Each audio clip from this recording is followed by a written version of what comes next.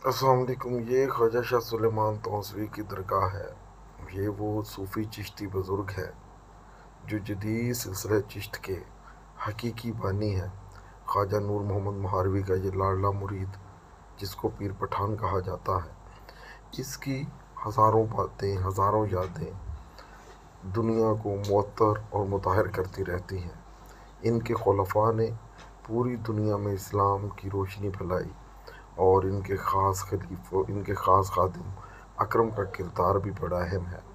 ख्वाजा शाह सुलेमान तौसवी का मज़ार तौसा शरीफ में है और ये अपने नक्शो निगार की वजह से भी पूरी दुनिया में मशहूर है। यहाँ का शीश महल और इसकी जो नक्शो निगार हैं वो क्लासिकियत के तमाम रंग लिए हुए हैं। ख्वाजा शाह सुलेमान तौसवी इस हौज़ पर वज़ू फरमाते थे। ये उनके दौर मुबारक का हौज़ है, सामने कुआँ है। ये उनके दौर मुबारक की मस्जिद है।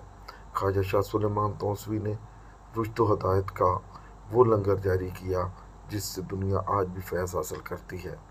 ख्वाजा शाह सुलेमान तौसवी अपने वक्त के बड़े आलिम, वली कामिल थे। पीर पठान का लक़ब उनको मिला और उनकी ये मस्जिद क्लासिकल हैसियत रखती है।